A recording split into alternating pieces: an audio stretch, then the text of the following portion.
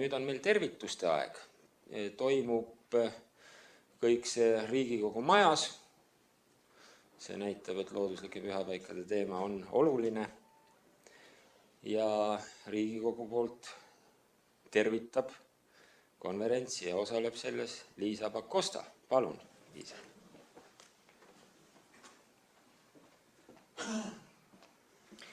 Aitäh! No Tõnis Sindrinahk, tema lasi ju hiljuti siit majast jalga, eks ole. Ja tema rääkis probleemidest, siis ma katsun seda nüüd tasakaalustada ja süstida lootust. Mul on seda väga lihtne teha. Paar päeva tagasi oli Riigikogus on olemas selline asi nagu siselist. Nüüd kõik juba elavnesid ja selles siselistis toimus paar päeva tagasi, ma ütleksin, viimase vähemalt 5 aasta kõige elavam arutelu ja see kõige elavam arutelu toimus loomulikult siis sümbolväärtuste teemal.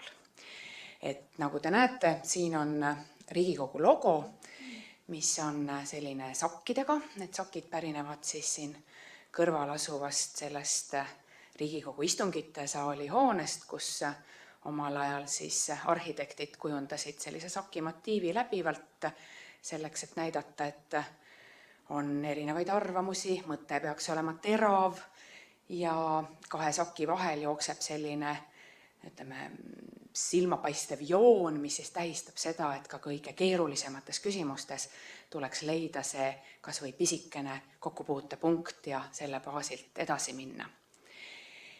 Ja teine sümbol muidugi, mida me Eesti Vabariigis kasutame, on siis 3 lõvi ja arutelu, mis väga paljude Riigikogu liikmete kirglikku tähelepanu pälvis, oligi selle üle, et kas sakid või lõvi, kas see rohkem etnograafiline sümbol või siis otse loomariigist. Õnneks on need sakid üsna metsakujulised ka, kui need natukene teistpidi pöörata, aga ma ei tahtnud tegelikult absoluutselt kuidagi irooniline olla, vastupidi. Ma tahtsin rõhutada seda, et selliste sümbolväärtuste teema on see, mis inimesi ühendab. On see, mis tegelikult läheb, isegi kui me ei saa seda lõvi katsuda ja kui selle saki katsumine on ka natuke imelik võib-olla, aga see läheb inimestele tohutult korda. Ja seetõttu mul on erakordselt hea meel, et see konverents toimub täna just nimelt siin Riigikogu konverentsisaalis, et siin on nii palju kuulajaid, et on kuulajaid nii siin saalis, väljaspool saali. Praegu käib istung Riigikogu saalis, kuhu ma pean ka kahjuks nüüd küll tagasi jooksma, aga ma hiljem jälle taas ühinen teiega ja loodetavasti siis tuleb kolleege juurde. Ja me mõnikord võib-olla ei oska hinnata seda, kui olulised on need asjad, mida me päris otse katsuda ei saagi. Aga kui meil see meelest ära läheb, siis eile sirvisin putkas ühte naiste ajakirja, kus oli siis